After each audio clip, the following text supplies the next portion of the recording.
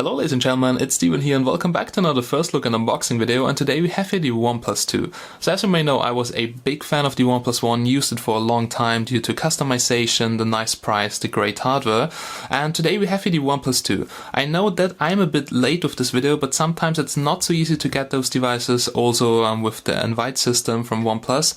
That's why I got it from honorbuy.com, link is always down below in the description, so you can buy it there without an invitation, but it's the Chinese version. So there are some differences. First of all, it ships with Hydrogen OS, which is a bit different than Oxygen OS, but I will bring you a tutorial on how to unlock the bootloader, flash and custom recovery, and update the OS. And also, I think there are some bands missing. I'm not really sure if B20 is in the Chinese version, but we'll definitely check it out. So this is actually quite important. But that are the main differences. So that's the Chinese version. And now I would say, let's get directly started. Let's have a closer look at the specs, and don't forget to check out the link down below in the description. Alright guys, so here's the back side of the package. Here you can see the Honor Buy sticker, and it's the OnePlus 2 16GB black version Sandstone. And yeah, it's the Chinese version, but don't worry, it's still an original OnePlus 2, so there are actually just a couple of small differences, as I've told you before. So regarding the specs, it comes with a fingerprint sensor, a 3300 mAh lithium-ion polymer battery, there's USB Type-C, 5.5-inch IPS OGS 2.5D arc screen with full HD resolution, the Snapdragon 810 1.8 GHz. I will still have to check out if it throttles down actually.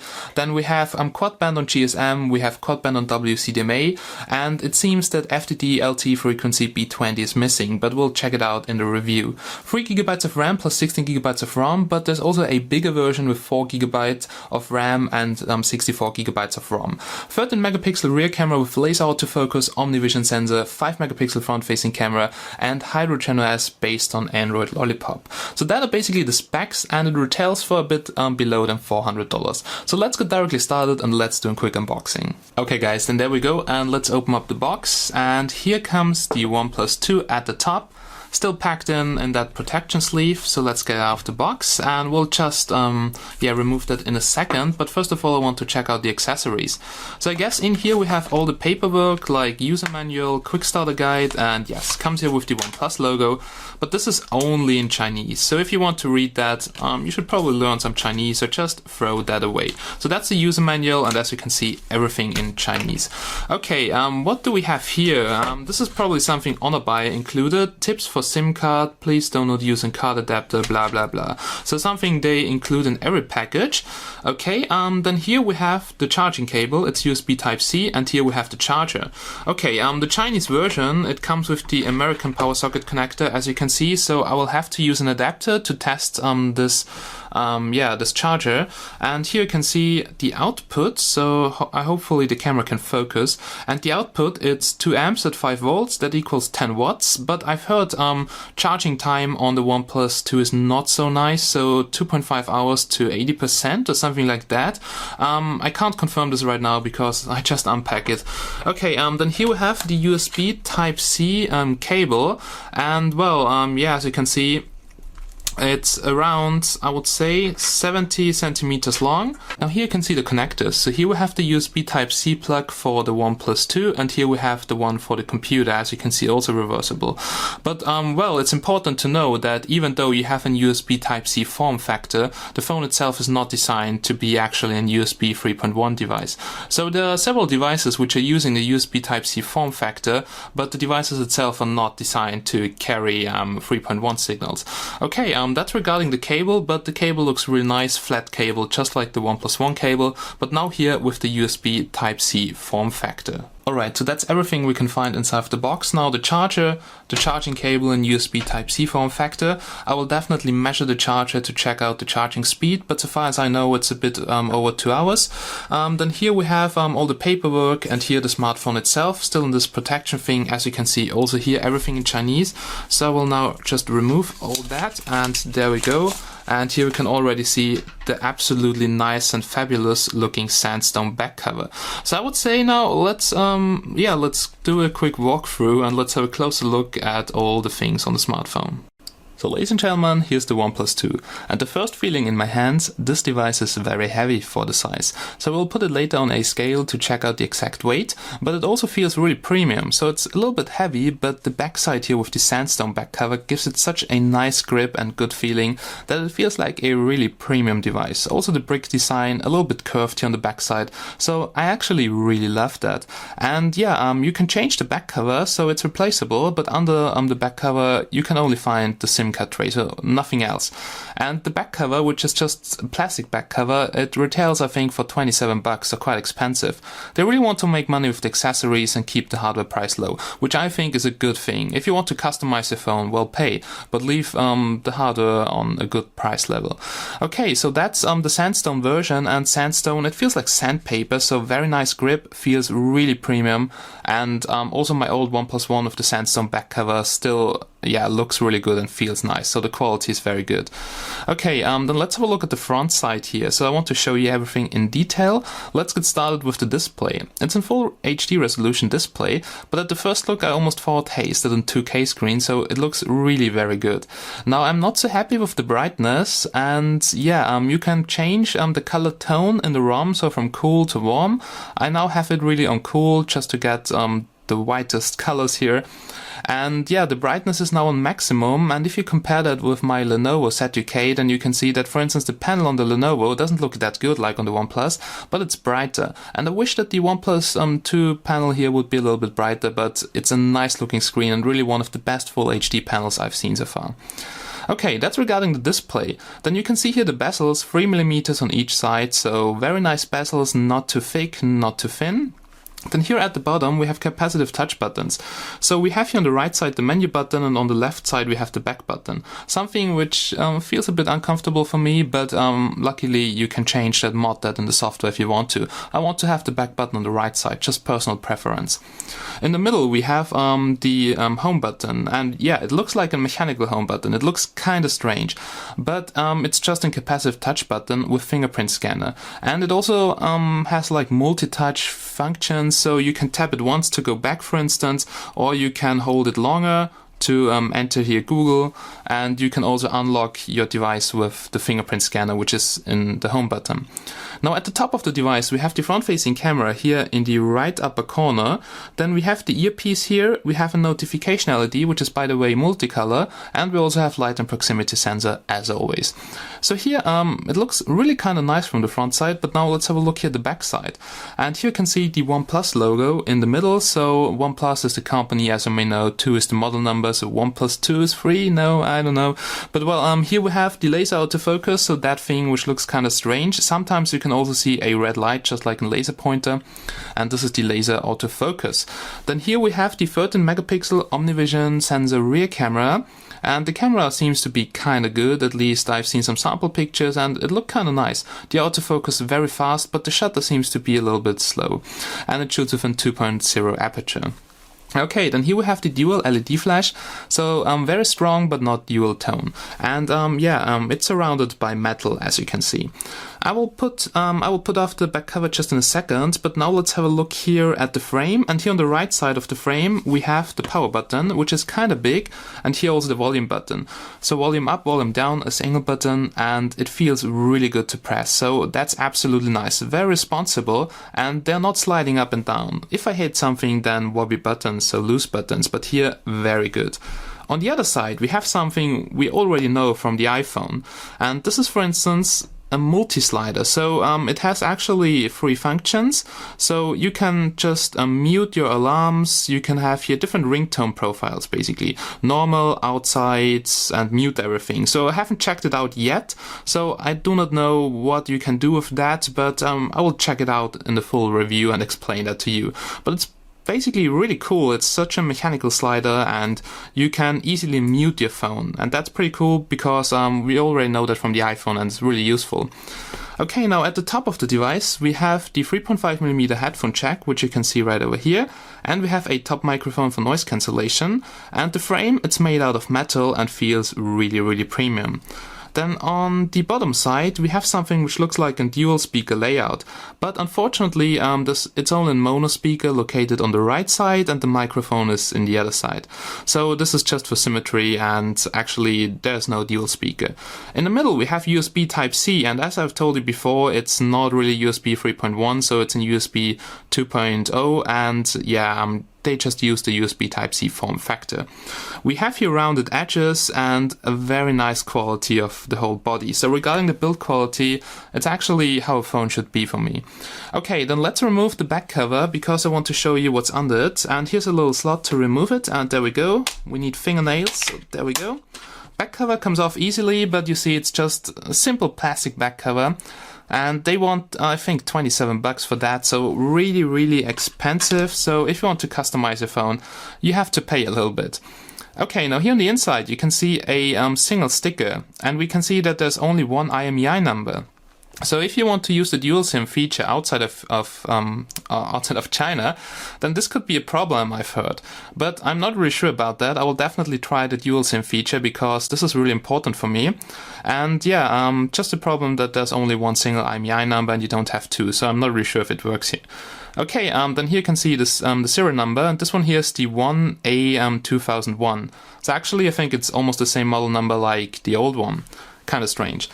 Okay, then here we have the SIM card slot, so I can show you that, and you basically just need to use your fingernail to slide it out, and in there you will find two nano SIM card trays. So I'm currently using the first SIM card slot here with my free or drei SIM card, and I will put it now just back in and slide it back into the device. But it's not possible to put in a micro SD card.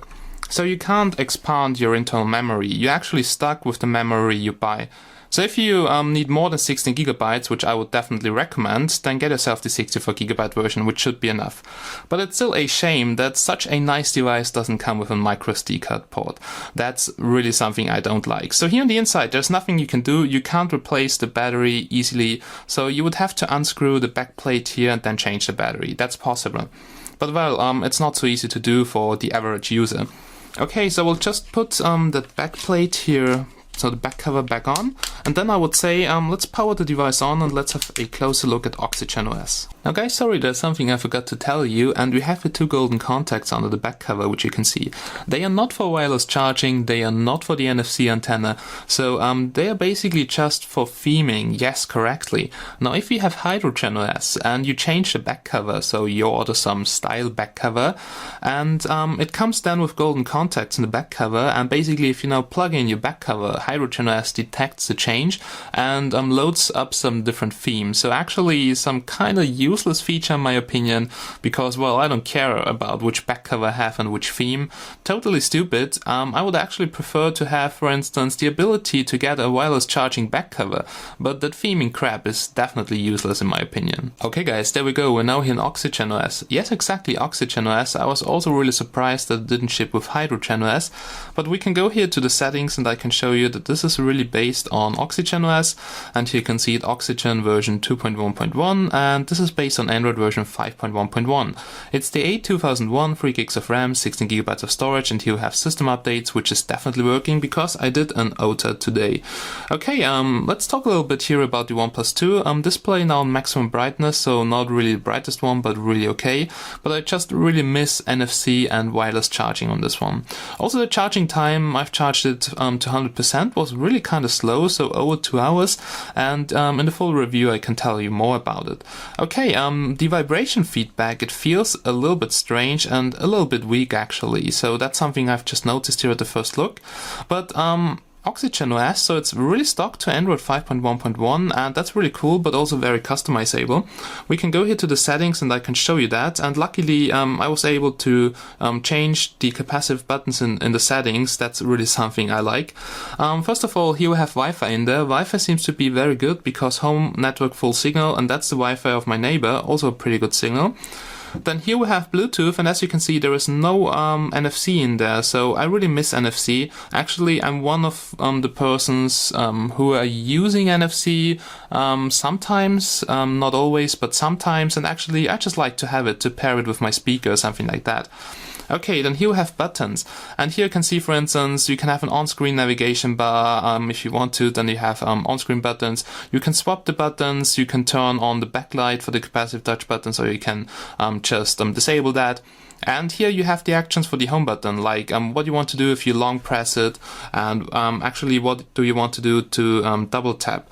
But here we have, for instance, open shelf. This is a kind of new feature, I can show you that. So if we long press the button, and here's the shelf. So for instance, if you press the home button longer, whoops, that was the wrong button, then it opens up the shelf. And basically in here you can see your frequent apps, frequent contacts. So a really cool thing actually, which is something which is very innovative. Okay, then we can go back to the settings to check out the rest in here. So we just had a look at the buttons, but we also have gestures, like there's double tap to wake, open the camera so you can draw something on the screen, and that works pretty good to just open up the application from the black screen. Then here we have the display settings, and what I really like in here is the fact that you can change the color balance.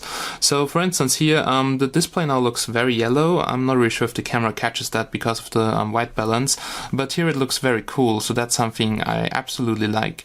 Then here we have sound notifications as always. We can quickly check out the storage. So I just have installed the benchmark application, so just like 100 megabytes, and I only have around 8 gigabytes of usable memory. So the usable memory is very, very low, and there is no SD card support, so this is a real hands down, because I actually need a lot of space for my music, and yeah, 8 gigabytes is definitely not enough.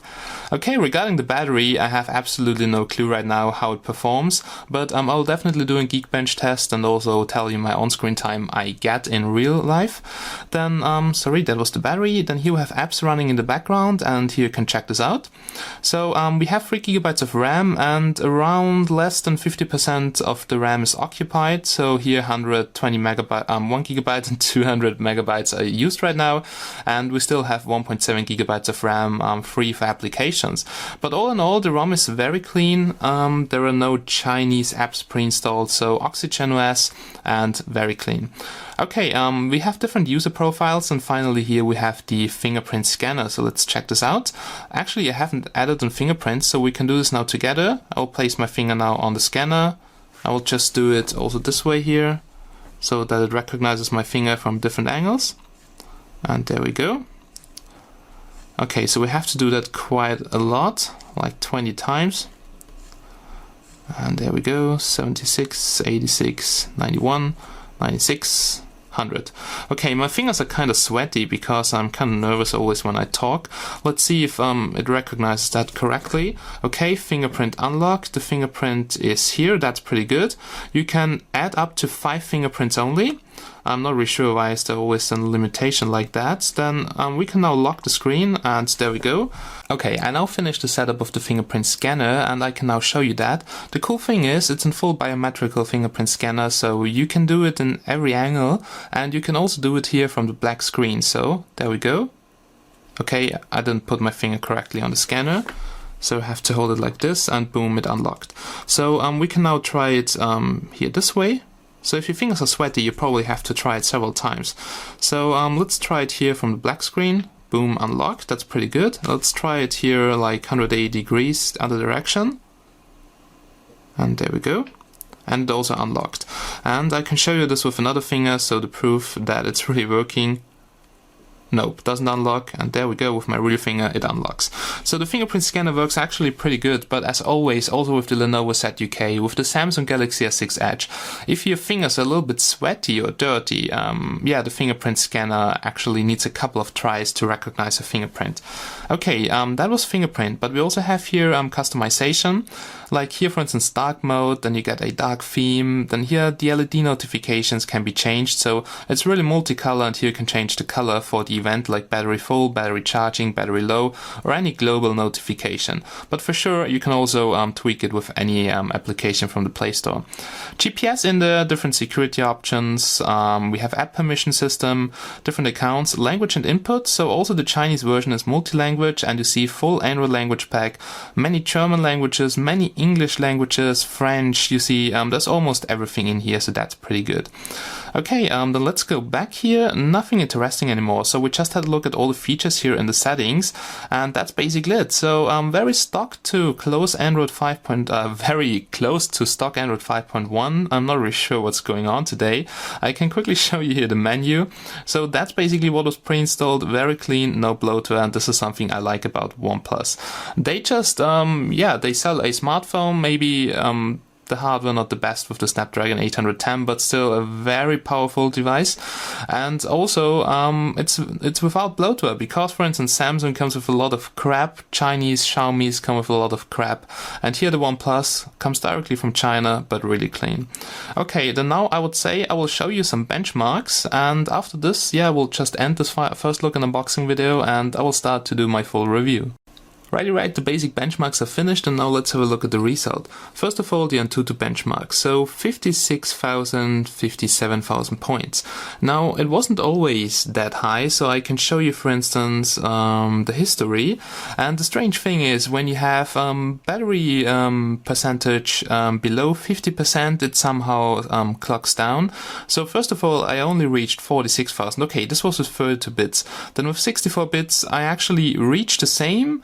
And the device itself was a bit hot. Then I left it outside, and outside we had 8 degrees, and I did some more benchmarks after that. So I also cleaned the memory all the time, rebooted, and then I got 56,000 up to 64,000, and now again 56,000. So it really depends on the battery percentage and of the actual temperature of the device, because somehow it throttles down to keep the device cool. So we can have a look, for instance, at CPU-C, and there we go. So here you can see basically the Snapdragon 810 consists out of an Cortex A53, which is clocked at only 1.56 GHz. So if you don't need the full performance, then it only uses the 4 cores here, which are running at a lower clock speed. Now, if you need more performance in benchmarks, games, or whatever, then it also uses the higher clock cores, which are almost clocked at 1.8 GHz. And you can see currently they are running with only 1.6 GHz, and we have here 384 MHz up to around 1.8 GHz, and the rest is actually stopped. CPU load currently 10%, scaling governors and interactive. For sure, there are different kernels. For sure, you can have different governors, and maybe there's also some overclocking kernel. I haven't checked it out yet. But I have to say, even though it throttles down, the performance is really good. There's not a single lag in the UI, and I didn't do gaming yet, but in the full review I will definitely test out some games and also check out the temperature with some infrared camera. Okay, you can see here some other specs, the internal storage, which is kind of low, so I'm not so happy with that. And by default there is no root access, so oh my goodness. So you really have to root the device, unlock bootloader, custom recovery. You can do all that, but it's not so simple. So there are actually a lot of tutorials online, but if you haven't done this before, make sure you read this twice and get yourself a coffee. Here you can see the temperatures. Currently the maximum temperature was around 50 degrees, so now it cooled down a little bit to 40, 43 degrees. So actually with throttling it keeps the device pretty cool. Okay, here are the sensors, and let's go back here.